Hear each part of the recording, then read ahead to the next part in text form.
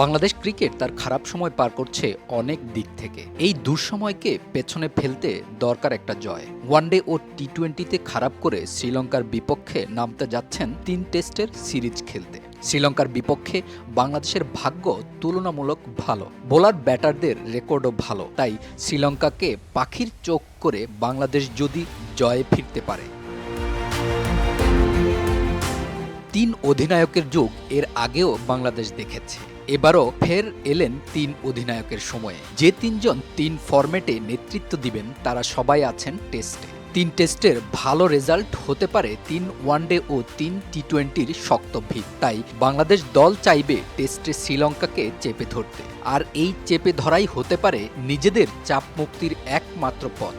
অধিক বৃষ্টির দেশ শ্রীলঙ্কায় গল আর কলম্বোতে ৫ দিনের খেলা চালানোই যদি বাধাগ্রস্ত হয় তবে ভালো হবে না কারো জন্যই। তাই দুই দলই চাইবে প্রতিদিন পুরো ৯০ ওভার খেলতে। বাংলাদেশ শিবিরে চাপ যেমন আছে নির্ভর থাকার কারণও। তুলনামূলক কম শক্তিশালী দল শ্রীলঙ্কাকে হারানো দিয়ে শুরু হতে পারে টেস্ট চ্যাম্পিয়নশিপের দ্বিতীয় রাউন্ডের খেলা।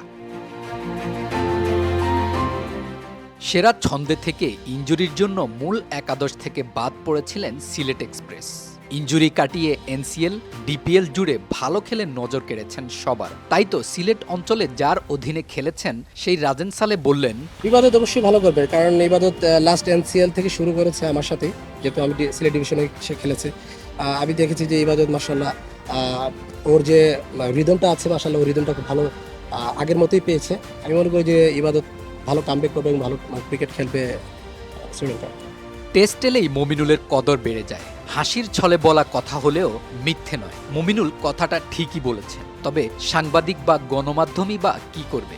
দর্শক আগ্রহের দাম তো সবার আগে দিতে হয়। কেউ যখন কোনো ফরম্যাটে খেলে না তখন তাকে নিয়ে কি খবর দিবেন আপনি? তবে এসব নিয়ে মমিনুলের কিছু যায় আসে না। ব্যাটিংয়ে দলের মূল ভরসা হলেও জিম্বাবুয়ের সাথে শেষ টেস্টে বল হাতে ২ ওভার হাত ঘুরিয়ে দিয়েছেন মাত্র ২ রান। তাই শ্রীলঙ্কার উইকেটেও প্রয়োজনে বল হাতে নিতে আগে থেকেই প্রস্তুত হচ্ছেন মমিনুল হক সৌরভ।